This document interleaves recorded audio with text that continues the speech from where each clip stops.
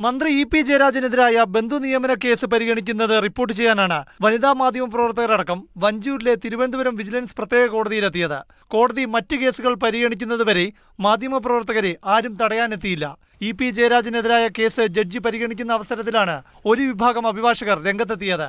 മാധ്യമപ്രവർത്തകർ കോടതി മുറിയിൽ നിന്ന് പുറത്തുപോകാൻ ഇവർ ഭീഷണി മുഴക്കി. ജഡ്ജിയുടെ ഏറെ അകലത്തല്ലാതെയാണ് മാധ്യമപ്രവർത്തകർ വാർത്ത റിപ്പോർട്ട് ചെയ്യാനായി നിന്നത്.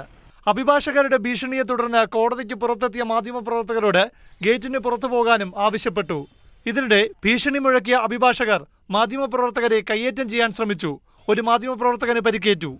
തുടർന്ന് പോലീസിന്റെ സംരക്ഷണത്തിൽ മാധ്യമപ്രവർത്തകർ കോടതിക്ക് പുറത്തേക്ക് പോവുകയായിരുന്നു. ഹൈക്കോടതി ചീഫ് ജസ്റ്റിസും മുഖ്യമന്ത്രി പിണറായി വിജയനും മാധ്യമ സ്വാതന്ത്ര്യത്തിനായി ഇടപെട്ടിട്ടും ഒരു വിഭാഗം അഭിഭാഷകർ മാധ്യമങ്ങൾക്കെതിരായ നിലപാട് തുടരുകയാണ്.